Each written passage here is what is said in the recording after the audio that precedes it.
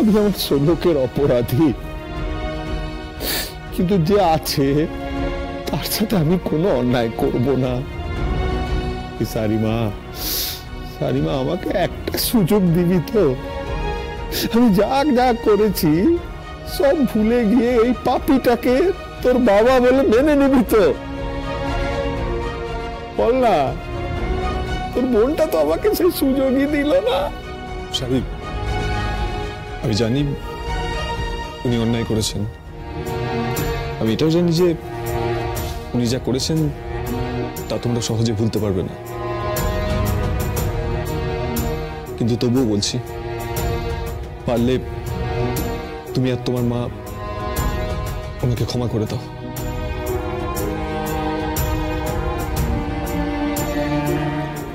আমার ছোট মেয়ে চলে গিয়ে আমাকে শুধরে দিয়ে গেছে, জানিস সারিমা, আমি ঘুমোতে পারি না, চোখ বুঝলে আমি খানে শোলকের কথা শুনতে পাই। ও আমাকে বলছে যেন, বাবা আমি বেঁচে থাকতে তুমি তো আমাকে মেয়ের অধিকার দিলে না, খালি অন্যায় করে গেলে। তো আমার সঙ্গে যে অন্যায়টা হয়েছে তার হিসেবটা নিও পতিত পাবন পোদ্দার। প্লিজ এইসব ড্রামাবাজি বন্ধ করো তো। মা, কেউ যদি প্রায়শ্চিত্ত করতে চায় তাহলে তাকে সুযোগ দেওয়া উচিত। বাবা, তুমি তো ধীরে ধীরে জামাইবাবুর কার্বন কপি হয়ে যাচ্ছ। হ্যাঁ, ভালো তো, ভাগ্যিস আমি আমার শকুনি মামার কার্বন কপি হয়ে যাইনি। সার্থক, মুখে লাগাম দাও। পল্লব এই বাড়ির ছেলে, বরং বলতে পারো তোমরা ওর বাড়িতে আশ্রিত।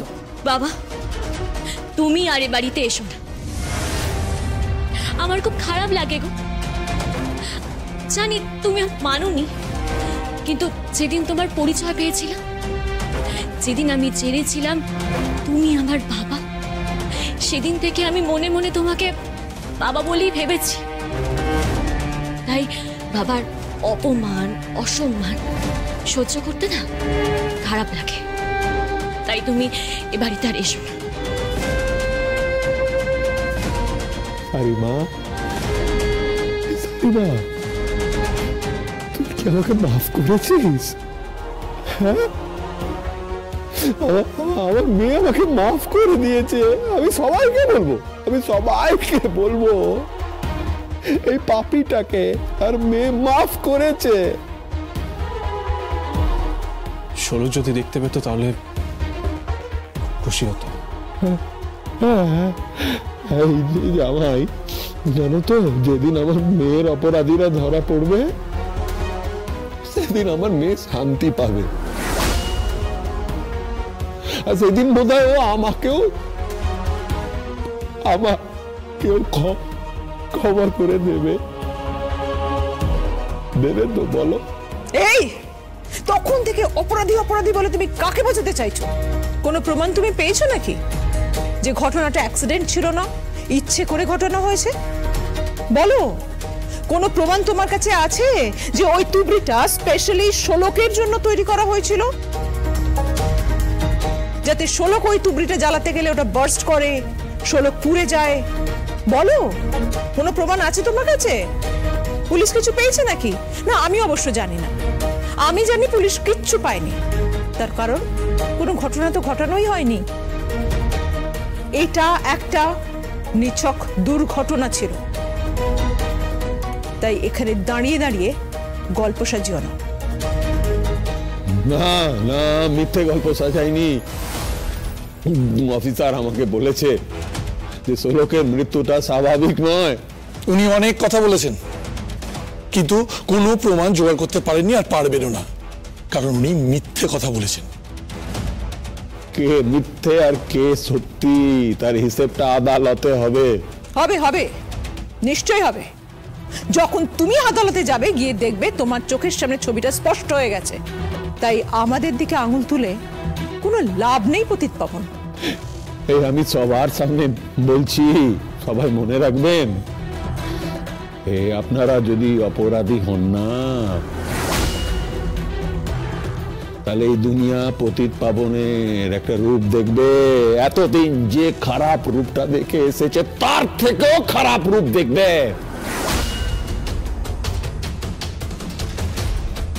মেরে দেব সবাইকে,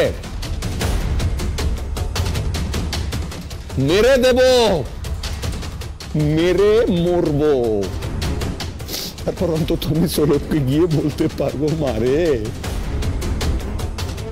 মারে আমি তুই বেঁচে থাকতে তোকে মেয়ের সম্মান দিইনি, বাবার কাজ করিনি, কিন্তু আমি পেরেছি, আমি পেরেছি। মরার আগে তোর অপরাধীদের আমি শাস্তি দিয়েছি মা, আমাকে ক্ষমা করে দে না, ক্ষমা করে দে না রে। জামাই আমাকে ক্ষমা করবে তো? ছোট জামাই লোক আমাকে ক্ষমা করবে তো? হ্যাঁ, আদিত্য বাবু আপনাকে যেরকম ভালোবাসতো আমাকে সেরকম ভালোবাসবে তো? বলুন না, বলুন না। পতিত পাবন বাবু, ষোলক যেখানে আছে সেখান থেকেই ও ক্ষমা করবে, নিশ্চয়ই ক্ষমা করবে।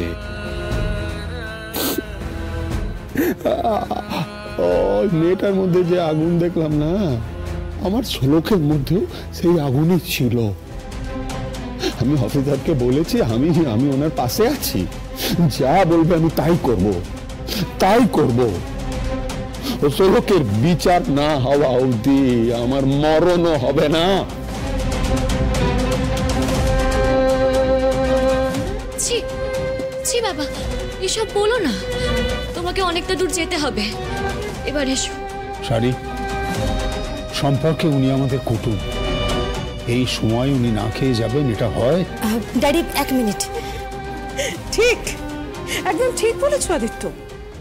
কুটুম বলে কথা, যত্ন করো, কুটুম্বিতা করো, বসিয়ে যত্ন করে খাওয়াও আমাদের সবচেয়ে বড় কুটুম, স্পেশাল গেস্ট। হ্যাঁ, এই মাছ মাংস সাজিয়ে খাও। ছি ছি ছি ছি ছি। তোমাদেরকে আমার কিছু আর বলার নেই। আঙ্কেল এ নিন, এটা খেয়ে নিন। আমি শুধু শুধু জল খাবো।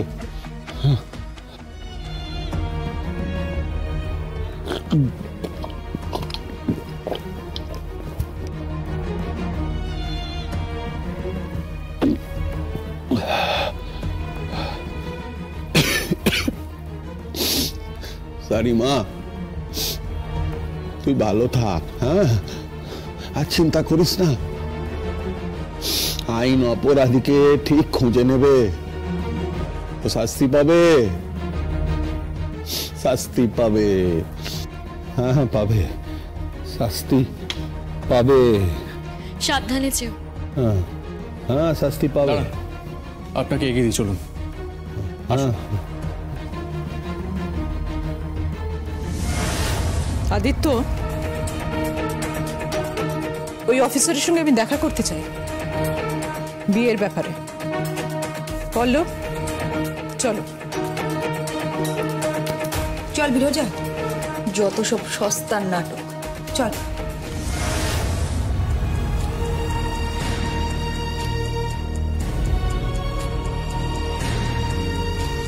শাড়ি তুই ঠিক করেছিস, একদম ঠিক করেছিস।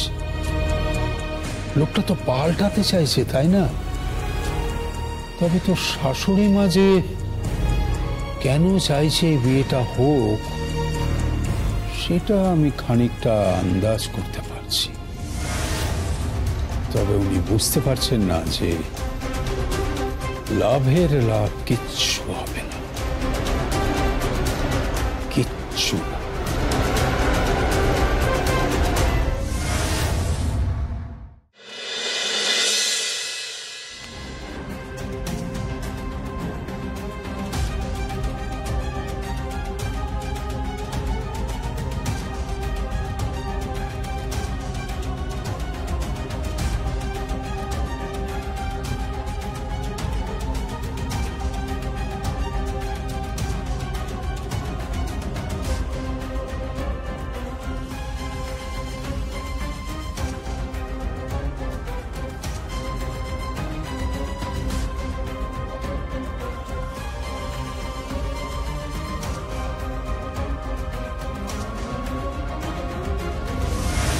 আপনার লজ্জা করে না?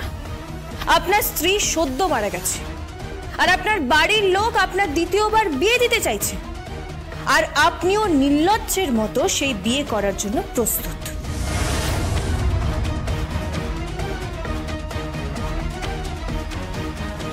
আপনার ব্যবহার অত্যন্ত খারাপ।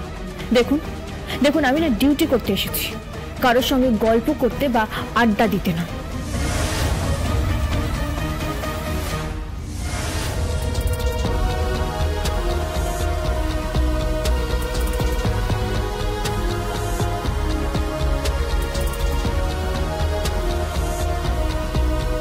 এত মন দিয়ে কি ভাবছিস? তুই কিছু বলবি? তুই সারাক্ষণ এত মন দিয়ে কি ভাবছিস? সঞ্জয়, অনেকগুলো অঙ্ক মেলাবার চেষ্টা করছি, কিন্তু মেলাতে পারছি না। অঙ্ক? হ্যাঁ, তোকে একটা কথা আমি বিশ্বাস করে বলতে পারি। মানে? আমি তোর ভাই, তুই আমাকে বিশ্বাস করবি না? তুই কাকে বিশ্বাস করবি? না সঞ্জয়, আমি সে কথা বলতে চাইনি। আসলে ষোলকের ঘটনাটার পরে না, বিশ্বাস শব্দটার উপর থেকে আমার বিশ্বাস উঠে গেছে।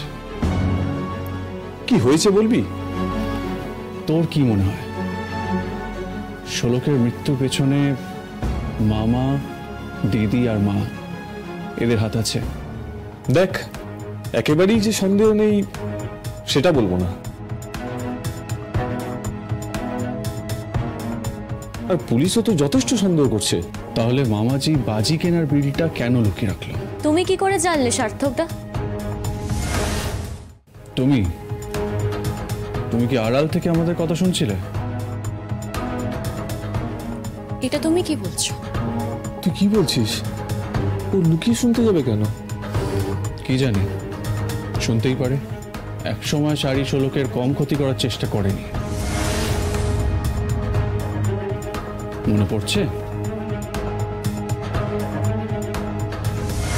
তুই তো ইংরেজিও শিখে গেছিস। হ্যাঁ, শিখেছি।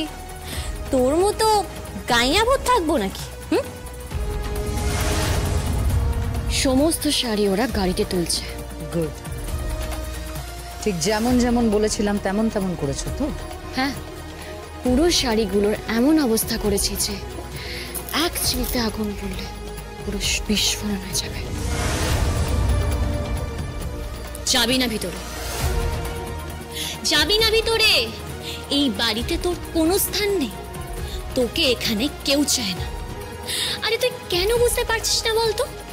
তুই এখানে হ্যাংলার মতো, নির্লজ্জের মতো এখানে পড়ে রয়েছিস। ভুল কিছু বললেন? না সার্থকদা, তুমি ভুল কিছু বলনি।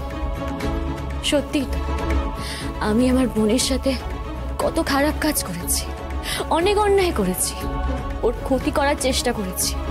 আসলে কি বলো তো শাড়ি, মম আর দিদি মিলে তোমাকে ভুল বুঝিয়ে তোমার মনের মধ্যে বৌঠানের প্রতি হিংসে তৈরি করেছিল। শুধু মা আর দিদির কথা কেন বলছিস? শাড়িও তো ওদের কথায় প্রভাবিত হয়েছিল। শাড়ি এক সময় সাকসেসের চূড়ায় বসতে চেয়েছিল, কিন্তু শাড়ি তুমি যা যা করেছো তারপরেও ষোলক কোনো দিনও তোমার এগেনস্টে একটা কথাও বলেনি। শুধু বলেছে যে দিদি একদিন নিজের ভুলটা ঠিক বুঝতে পারবে। ঠিক বলেছো সার্থকদা, সত্যি তো। দিদি হয়ে নিজের বোনের সাথে যা যা করেছি সেটা শুধু অন্যায় নয়, অপরাধ। মা, মামাজি, আঁচল দি আসলে যা যা বুঝিয়েছে না, আমি ঠিক তাই বুঝেছিলাম। ওরা আমাকে বলেছিল আমার বোন আমার শত্রু, আমার খারাপ চায়, আর আমি সেগুলোকে অন্ধের মতো করে বিশ্বাস করেছিলাম, ভুল করেছিলাম। সরি সার্থকদা। তুমি আমাকে কেন সরি বলছো? দেখ সার্থক, শাড়ি তো নিজের ভুল বুঝতে পেরেছে বল। হ্যাঁ, কিন্তু বড্ড দেরি হয়ে গেছে। শাড়ি যদি শুরু থেকে নিজের বোনের পাশে থাকতো। তাই জন্যই তো প্রায়শ্চিত্ত করতে চাইছি। কিন্তু সার্থকদা, তুমি কি বলছিলে? তোমাদের তোমাদের বিশ্বাস করতে পারি তো? সার্থকদা, দেখ, তুই আমাদেরকে বল না, আমি আর শাড়ি সবসময় তো পাশে আছি, তুই বল না। আর তুই তো কিছু একটা বলতে চাইছিস, বলো না সার্থকদা। সেদিন আমি সত্যি বাড়ির বাইরে রাতে গেছিলাম। হ্যাঁ তুই তো বললি তুই বাড়ির বাইরে গেছিলি, তোর ভালো লাগছিল না বলে। না, আমি সেদিনকে বাড়ির বাইরে ছিলাম না। তাহলে তুই তো ভালো লাগছিল না বলে বাড়ির বাইরে গেছিলি। তুই কি মিথ্যে বলেছিলি? সেদিন রাতে আমি আমাদের অফিসে গেছিলাম। অফিসে? সেদিন তো মামাজিও ফোন পেয়ে অফিসে গেছিল। সেদিন আমি আর অফিসার লক্ষ্মী রানী বটব্যাল অফিসে গিয়েছিলাম। লক্ষ্মী রানী বটব্যাল?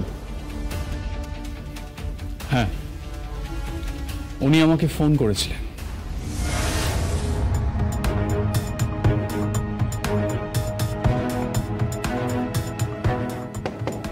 আসতে পারি? আসুন। কি ব্যাপার বলুন তো, আপনি হঠাৎ আমাকে এইভাবে ডেকে পাঠালেন? দেখুন, আপনার সঙ্গে না কফি খেতে আর গল্প করার জন্য আপনাকে এখানে ডাকিনি নিশ্চয়ই। কিছু মনে করবেন না, কিন্তু একটা কথা বলি, আপনি হতে পারেন অনেক বড় অফিসার, বাট আপনার ব্যবহার অত্যন্ত খারাপ। তাই? তা কি করতে হবে বলুন তো? না আপনিই বলুন, গলায় গামছা দিয়ে অতিথি আপ্যায়ন করতে হবে? আপনি আমাকে ডেকেছেন, তাই আমি এসেছি।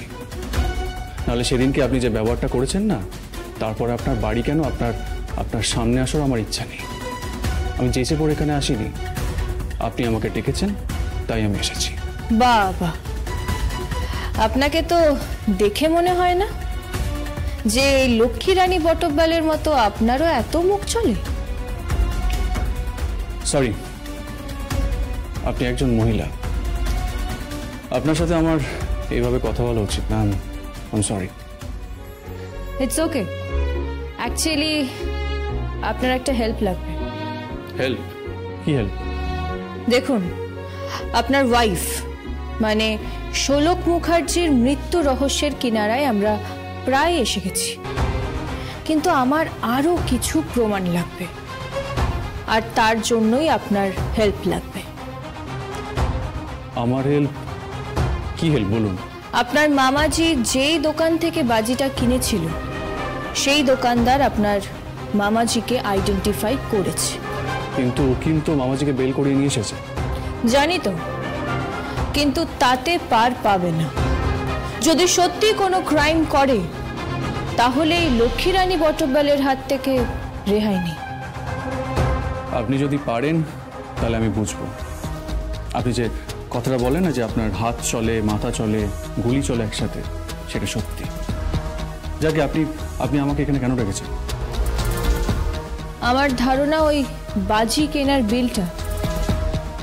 কেনার বিলটা আপনার মামাজি কোথাও সরিয়ে রেখেছে, এবং আপনার মা আর দিদি সেটা হয়তো জানেন, আবার নাও জানতে পারেন। কিন্তু আপনারা তো কোনো বিল পাননি, বাড়িতেও নেই। ইভেন মামাজিও বলছে মামাজি বাজির দোকান থেকে কোনো বিল নেয়নি। দেখুন, আপনার মামাজি লোকটা অত বোকা নয়, অত্যন্ত ঘোরেল একজন মানুষ। বিলটা ওনার কাছেই আছে, কিন্তু সেটা বাড়িতে উনি রাখেননি, আর তাই জন্যই আপনাকে একবার আমার সঙ্গে যেতে হবে। আমি কোথায় যাব? আপনাদের অফিসে। কি? আপনি কি বলছেন? আমি বুঝতে পারছি না। আপনার মোটা মাথায় সেটা কি বললেন? না, কিছু না। যেটা বলছি সেটা মন দিয়ে শুনুন।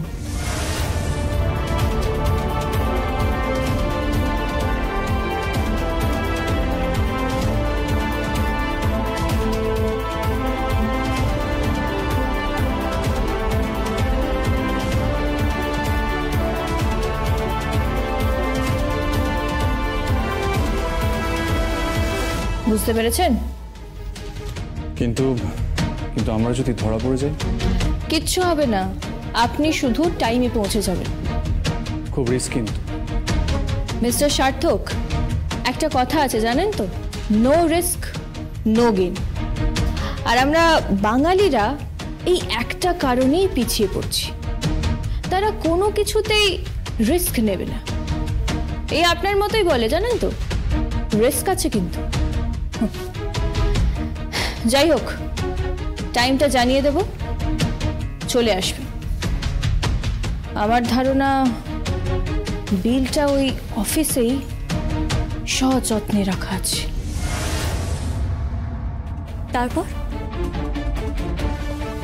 তারপর আমি আর ওই অফিসার অফিসে যাই। কেন? একটা এভিডেন্স। কি এভিডেন্স?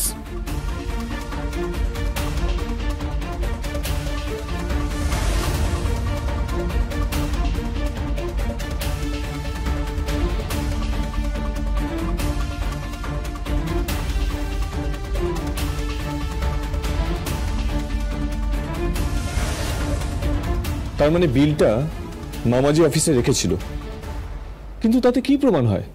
উনি যখন গেছেন নিশ্চয়ই কিছু ভেবে গেছেন। আমি বিশ্বাস করতে চাইছি না যে আমার মা, দিদি, মামা এরকম একটা ঘৃণ্য কাজ করতে পারে। কেসটা যখন কোর্টে উঠেছে নিশ্চয়ই সুবিচার পাবে।